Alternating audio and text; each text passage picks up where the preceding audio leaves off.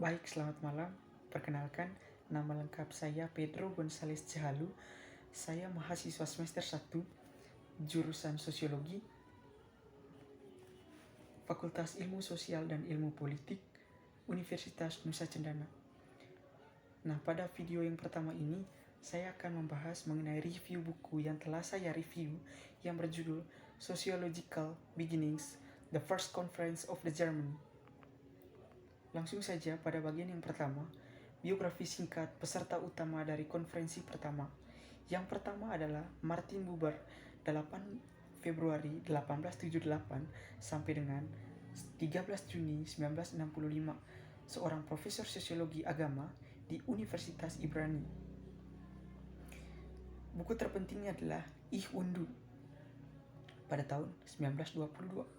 Yang kedua adalah Eberhard Gontijn dalam 29 Oktober 1853 sampai 12 Februari 1940, seorang sejarawan hukum.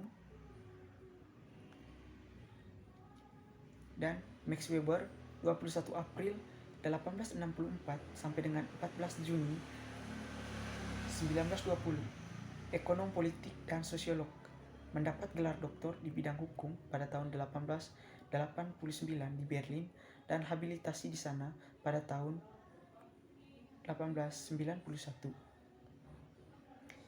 Bagian kedua adalah perkenalan. Perkembangan sosiologi di Jerman dimulai pada tahun 1887, tetapi belum ada sosiolog profesional atau asosiasi sosiologis profesional, tidak ada jurnal sosiologis, dan tidak ada konferensi sosiologis akademis. Meskipun Auguste Comte telah menciptakan istilah sosiologi pada awal abad ke-19, Emil Durkheim pada tahun 1905 dan Albion Smalt mendirikan yang disebut Sekolah Chicago.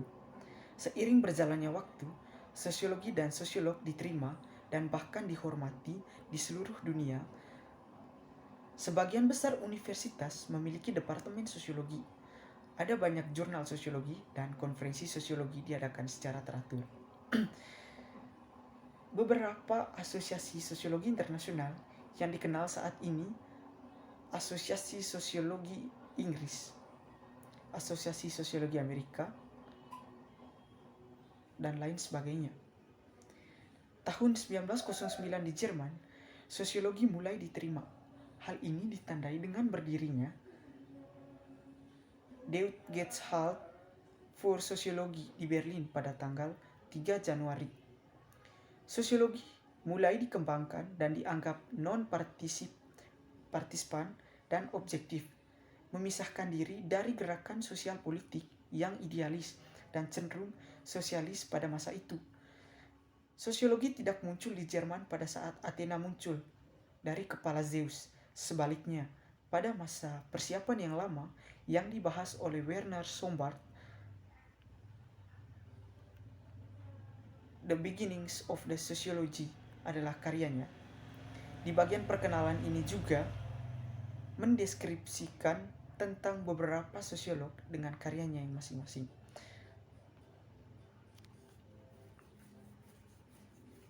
Yang pertama adalah Ferdinand Tönnies menerbitkan bukunya yang sangat berpengaruh, yaitu Komunitas dan Masyarakat.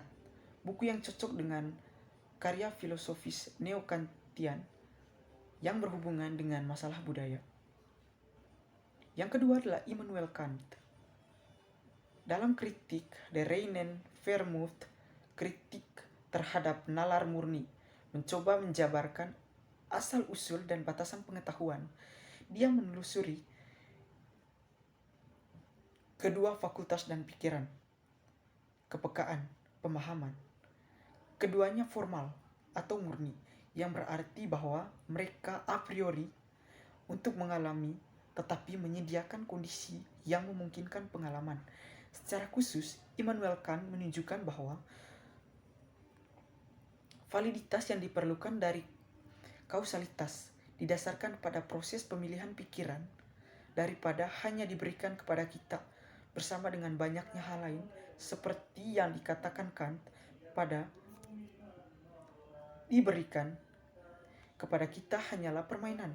Cara kerja pikiran kita memaksakan keteraturan, yaitu pengalaman.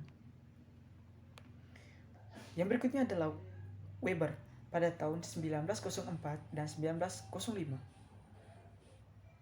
menerbitkan The Protestant Ethic and der Geist des Kapitalismus atau Etika Protestan dan Semangat Kapitalisme di jurnal tahun 1908 hingga 1910 mengatur dan menerbitkan berbagai buku yang berisi ajaran sosial gereja Kristen.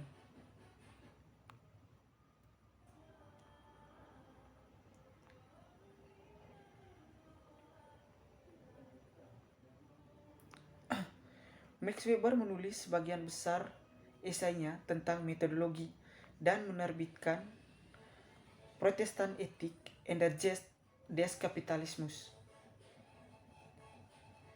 Klaim Weber,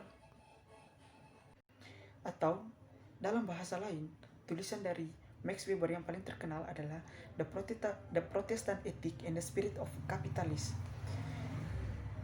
Weber mengklaim tentang asal mula kapitalisme sebagian besar dapat ditemukan dalam gagasan Luther tentang Beruf atau panggilan. Alih-alih hanya biarawan yang dipanggil, Luther berpendapat bahwa semua orang dipanggil untuk bekerja.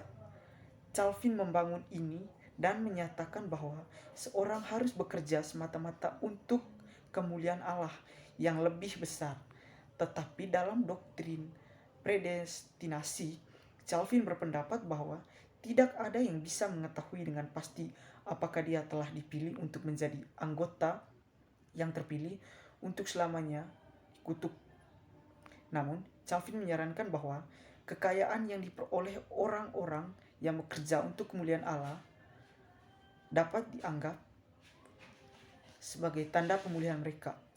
Weber berpendapat lebih lanjut bahwa rasionalitas Calvinis ditekankan oleh Ben Franklin, tetapi di sini penekanannya bukan pada kesalehan menabung, tetapi pada moralitas berhemat.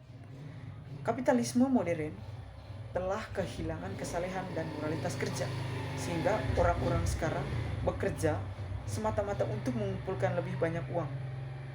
Apa yang dulunya hanya alat untuk mencapai tujuan telah menjadi tujuan itu sendiri. Bagian kelima, The Major Papers of the First Conference. Konferensi pertama berlangsung mulai Rabu 19 Oktober 1910 dan berlanjut hingga Sabtu 22 Oktober. Simmel memulai makalahnya yang berjudul Soziologie der Gesellschaft. Istilah Gesellschaft dapat diterjemahkan sebagai kemampuan bersosialisasi, sosialitas, perusahaan atau kehidupan sosial.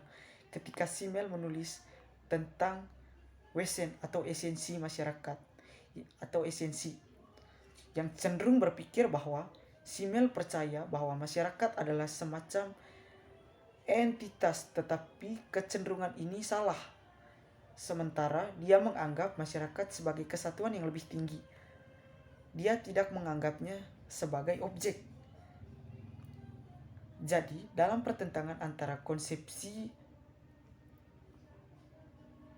masyarakat sebagai sesuatu yang lahir dan sesuatu yang dibentuk, dia lebih menyukai yang terakhir. Yang dimaksud dengan terbentuk adalah seperti bagaimana lanskap terbentuk dari objek individu seperti rumah, sungai, pohon, dan lain-lain, tetapi tidak bermaksud bahwa masyarakat dibentuk dari individu sebagai objek.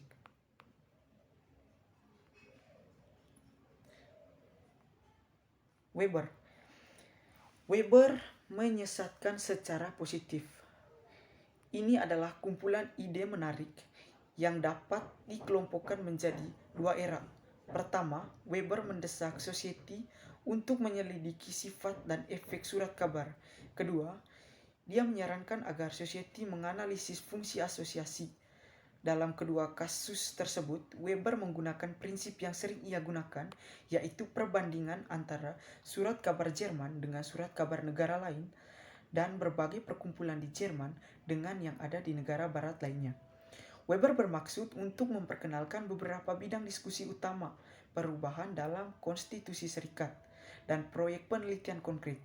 Semuanya tentu saja terkait dengan istilah sosiologi yang katanya merupakan nama yang tidak populer.